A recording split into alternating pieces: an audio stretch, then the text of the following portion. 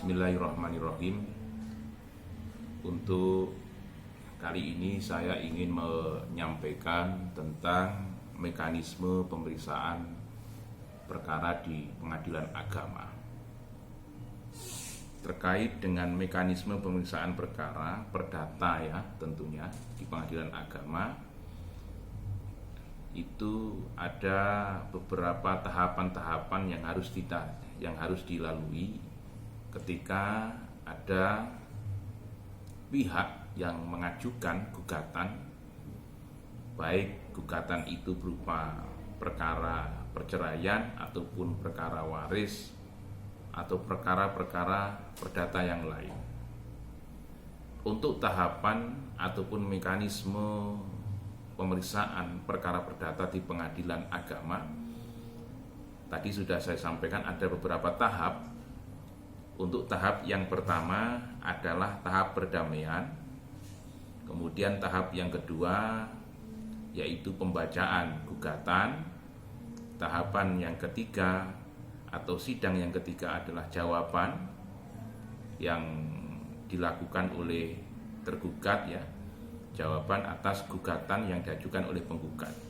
Kemudian sidang yang keempat adalah replik.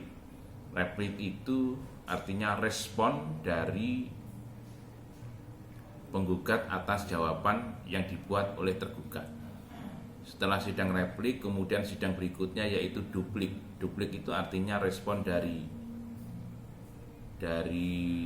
tergugat atas replik yang dibuat oleh penggugat. Kemudian sidang berikutnya atau setelah duplik yaitu pembuktian. Pembuktian ini harus dilakukan oleh penggugat ataupun tergugat, baik bukti berupa surat atau berupa dokumen dan dua orang saksi. Masing-masing baik B ataupun T nanti harus mengajukan dua saksi. Setelah sidang pembuktian, maka sidang berikutnya ya. Sidang berikutnya adalah kesimpulan. Kesimpulan ini harus dibuat oleh para pihak, baik penggugat maupun tergugat, baik pemohon ataupun termohon.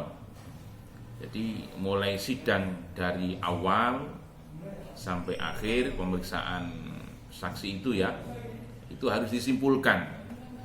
Misalkan kesimpulannya dari penggugat tetap bersikukuh atas gugatan yang telah diajukan pada tanggal sekian, tetap bersikukuh pada replik yang telah dibuat pada tanggal, bulan, tahun sekian.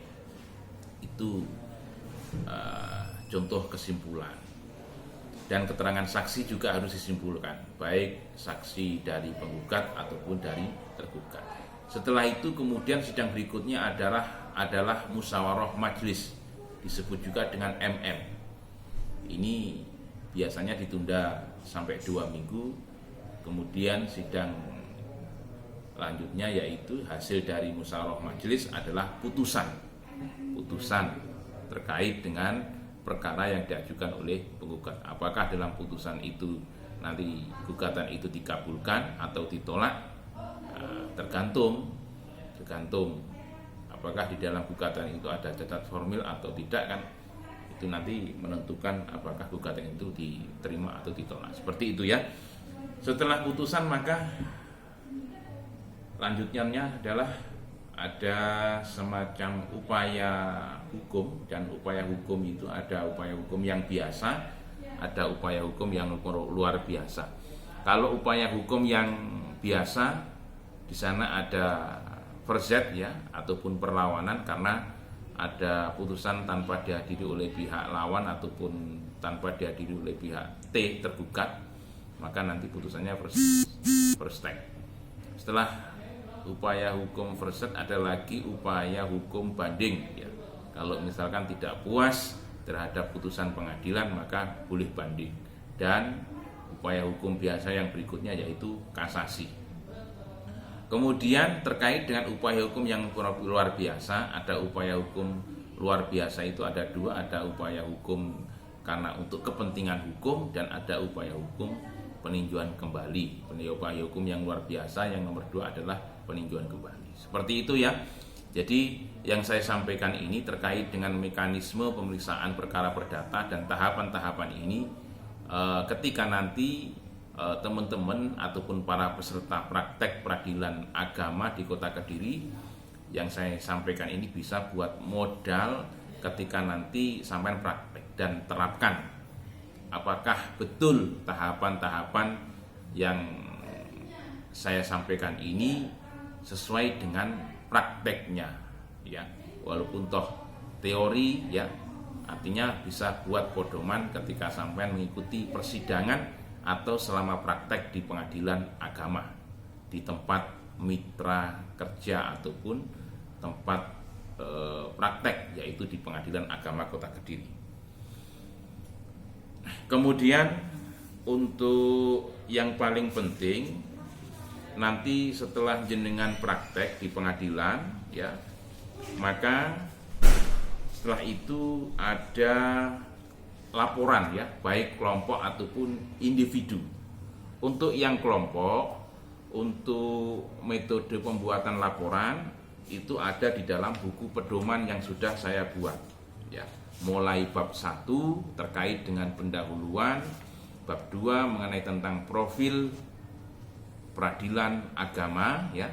Kemudian bab 3 tentang masalah waktu dan pelaksanaan terkait dengan praktek.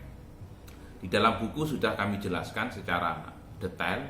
Kemudian bab 3 tentang masalah evaluasi, mungkin nanti dari para peserta praktek yang kita kirim, yang dikirim oleh fakultas ke Pengadilan Agama Kota Kediri, tentunya nanti ketika sampai mengikuti persidangan di sana ada temuan-temuan, maka itu nanti sampai catat dan dituangkan di dalam bab 4 terkait dengan evaluasi dan ataupun analisis itu ya.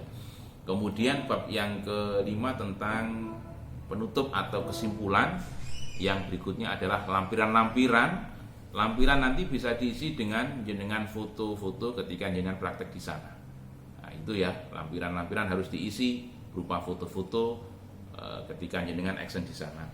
Dan nanti ketika sampean praktek di sana, tentunya juga sampean harus mengetahui struktur organisasi di Pengadilan Agama Kota Kediri.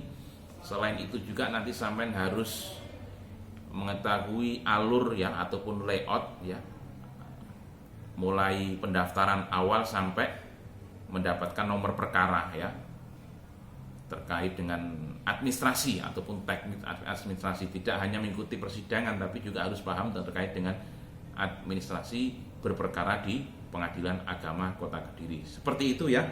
Ada tambahan lagi ini, nanti ketika praktek juga harus memahami alur sudah tadi ya, harus mengetahui tata letak atau layout ruang persidangan Pengadilan Agama Kota Kediri. Dan juga nanti setelah praktek semua peserta wajib simulasi persidangan ya mengenai perkara perdata Islam. Nanti kita ada simulasi ataupun skenario berperan, teman-teman berperan sebagai hakim, ada yang berperan sebagai penggugat dan tergugat, ada yang berperan sebagai saksi, dan ada yang berperan sebagai kuasa hukum ataupun lawyernya. Mungkin ini yang dapat saya sampaikan. Assalamualaikum warahmatullahi wabarakatuh.